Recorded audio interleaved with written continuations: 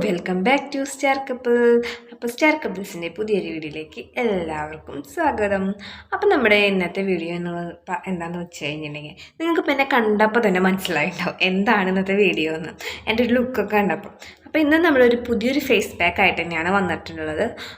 Just ഒന്ന് നമ്മളൊക്കെ ഒന്ന് ഒരു ഈ കരിവാളിപ്പൊക്കെ ഇപ്പം എൻ്റെ കണ്ണിൻ്റെ താഴെയൊക്കെ കണ്ടോ നല്ല കരിവാളിപ്പ് പോലൊക്കെ ആയിട്ടുണ്ട്. പിന്നെ കണ്ണിൻ്റെ ഇവിടെയൊക്കെ വരുന്നുണ്ട്. പിന്നെ ഇവിടെ അത്യാവശ്യം ഇതൊക്കെ ആയിട്ടുണ്ട് കേട്ടോ, ഉണ്ട് ഇവിടെയൊക്കെ. ഈ ഒരു കരിവാളിപ്പ് ഫുള്ളായി പോവോ എന്നൊന്നും അറിയില്ല, എന്നാലും എനിക്കൊരു അടിപൊളി റിസൾട്ട് തന്ന ഒരു പാക്കാണ്. അപ്പോൾ അത് ഞാൻ നിങ്ങൾക്കായിട്ടൊന്ന് ഷെയർ ചെയ്യുന്നു, അത്ര തന്നെ ഉള്ളൂ.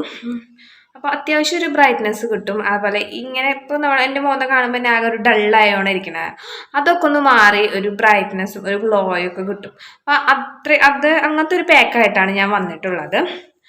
അപ്പോൾ നമുക്ക് എന്താണ് ഇന്നത്തെ പാക്കും കാര്യങ്ങളെന്നൊക്കെ നോക്കാം. നമുക്ക് നേരെ വീഡിയോയ്ക്ക് പോയാലോ. ഓക്കെ, അപ്പോൾ ഇത് ബീട്രൂട്ടാണ് കേട്ടോ. അപ്പോൾ ഇത് നമുക്ക് നന്നായി ഒന്ന് അരച്ച് അതിൻ്റെ ജ്യൂസാണ് നമുക്ക് എടുക്കേണ്ടത്. അപ്പോൾ ഞാൻ ജ്യൂസ് എടുത്തിട്ടുണ്ട്. ഇതാണ്. പിന്നെ നമുക്ക് വേണ്ടത് എന്താണ്, തൈരാണ് കേട്ടോ. ഇത് ഹണിയാണ് കേട്ടോ, ഡാബറിൻ്റെ ഹണിയാണ് ഞാൻ എടുത്തത്. അരിപ്പൊടിയാണ്. അപ്പോൾ ഇതൊക്കെ വെച്ചിട്ടാണ് നമ്മൾ മിക്സ് ചെയ്യുന്നത്. അപ്പോൾ ഈ കാണുന്ന 4 ഐറ്റംസ് വെച്ചിട്ടാണ് നമ്മൾ ഇന്നത്തെ പാക്ക് ഉണ്ടാക്കാൻ പോകുന്നത് കേട്ടോ. അപ്പോൾ നമ്മൾ ആദ്യം തന്നെ നമ്മൾ അരിപ്പൊടി എടുത്തു. അരിപ്പൊടിയിലേക്ക് കുറച്ച് തൈര് ഒഴിക്കുക. അത് കഴിഞ്ഞ ശേഷം നമ്മൾ ബീട്രൂട്ട് ഒഴിക്കുക. എന്നിട്ടൊന്ന് മിക്സ് ചെയ്യുക. പിന്നെ നമ്മൾ അടുത്തത് ഒഴിക്കാൻ പോകുന്നത് നമ്മുടെ ഹണിയാണ് ഒഴിക്കാൻ പോകുന്നത്. അപ്പോൾ ഹണിയും കുറച്ച് ഒഴിച്ചിട്ട് മിക്സ് ചെയ്യുക. അപ്പോൾ ബീട്രൂട്ടിൻ്റെ വെള്ളത്തിന് പകരം നമ്മൾ യൂസ് ചെയ്യുന്നത് ബീട്രൂട്ടിൻ്റെ ആ ലിക്വിഡാണ്. അപ്പോൾ അത് ഇത്തിരി അധികം ഒഴിക്കേണ്ടി വരും. അപ്പോൾ ബീട്രൂട്ടാണ് കൂടുതൽ ഒഴിച്ച് നമ്മൾ മിക്സ് ചെയ്ത് വെച്ചിട്ടുണ്ട് കേട്ടോ നമ്മുടെ അരിപ്പൊടി. ഇതാണ് നമ്മുടെ പാക്ക് എന്ന് പറയുന്നത്. അപ്പം നമ്മുടെ പാക്കിങ് നമ്മുടെ ഫേസിലേക്ക് അപ്ലൈ ചെയ്യാം കേട്ടോ. അപ്പോൾ നമുക്ക് പാക്കിങ് നേരെ ഫേസിലേക്ക് അപ്ലൈ ചെയ്ത് കൊടുക്കാം കേട്ടോ. അപ്പോൾ ഞാൻ നന്നായിട്ട് അപ്ലൈ ചെയ്ത് കൊടുക്കുകയാണ്. അപ്പോൾ ഞാൻ ചെയ്യുമ്പോൾ തന്നെ കുറച്ച് ഇതായിട്ട് ഫസ്റ്റ് ഒരു ലെയറായിട്ടാണ് കൊടുത്തത്. പിന്നെ അതിന് ശേഷം നമുക്ക് ഇത്തിരി വലിഞ്ഞതിന് ശേഷം അടുത്തൊരു ലെയറായിട്ട് കൊടുക്കാം.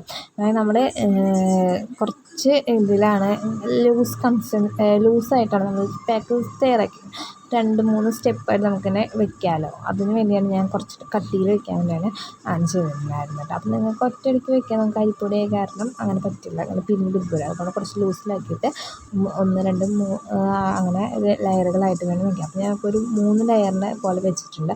അതേപോലെ തന്നെ ഞാൻ എന്ത് പാക്ക് വരുമ്പോഴും ഒപ്പം ഞങ്ങളുടെ നെക്കിലും നന്നായിട്ട് അപ്ലൈ ചെയ്ത് കൊടുക്കും കേട്ടോ.